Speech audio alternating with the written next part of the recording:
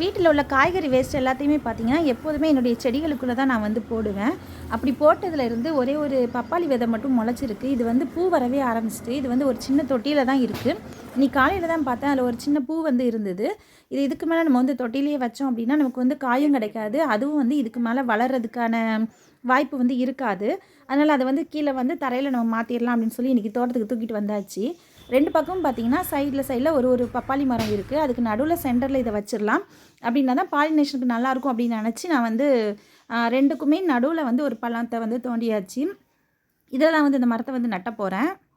மரத்தை வந்து தொட்டியிலேருந்து எடுக்கிறது வந்து கொஞ்சம் கஷ்டமாக இருந்தது. நான் ரொம்ப ட்ரை பண்ணி பார்த்தேன், என்னால் வந்து எடுக்கவே முடியல. ரொம்ப நேரத்துக்கு அப்புறமா தான் என்னால் வந்து எடுக்க முடிஞ்சுது. அந்த பப்பாளி கூடவே பார்த்திங்கன்னா ஒரு ரோஸ் செடியுமே இருக்குது. ரோஸ் செடியுமே நல்லா வளர்ந்து நல்லா பூவோடு இருந்தது.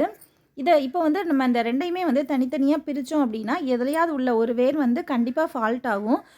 2 செடியோட வேர் கூட ஃபால்ட் ஆக வாய்ப்பு இருக்குது. பின்ன 2மே வராமல் போயிடக்கூடாது. அதனால் நான் வந்து 2யுமே சேர்த்தே மொத்தமாகவே ஒரே குழியிலே வந்து நான் வந்து வச்சிட்டேன். இந்த 2 செடியுமே வளர்ந்துருச்சு அப்படின்னா ரொம்ப சந்தோஷமாக இருக்கும். இதுக்கு வந்து நம்ம பாத்தி எல்லாமே ரெடி பண்ணி விட்டுறலாம் அப்படின்னு சொல்லி எல்லாமே ரெடி பண்ணியாச்சு. அப்படின்னா தான் நம்ம ஊற்றுற தண்ணி, உரம் இது எல்லாமே பார்த்திங்க அப்படின்னா உள்ளுக்குள்ளேயே நமக்கு வந்து இருக்கும். இதுவுமே பாத்தி நம்ம பிடிக்காமல் வச்சிட்டோம் அப்படின்னா ஊற்றுற தண்ணி எல்லாமே வெளியே வந்துடும்.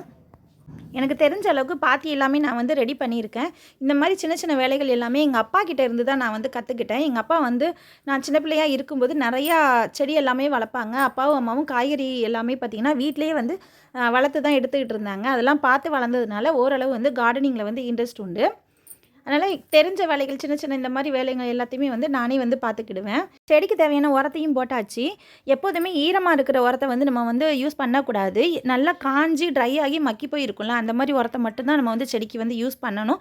அந்த மாதிரி போட்டால் மட்டும்தான் பிளான்ட் வந்து நல்லா ஹெல்த்தியாக வந்து வளரும். இது இன்னொரு பப்பாளி மரம். இதுலேயுமே வந்து பூ வர ஆரம்பிச்சிட்டு, இதுவுமே விதையில இருந்து முளைச்ச மரம் தான். சீக்கிரமே பூ வந்துருச்சு. நம்ம வீடியோ பிடிச்சிருந்தா லைக் பண்ணுங்கள். நம்ம சேனலை சப்ஸ்கிரைப் பண்ணாதவங்க சப்ஸ்கிரைப் பண்ணிக்கோங்க. தேங்க்யூ.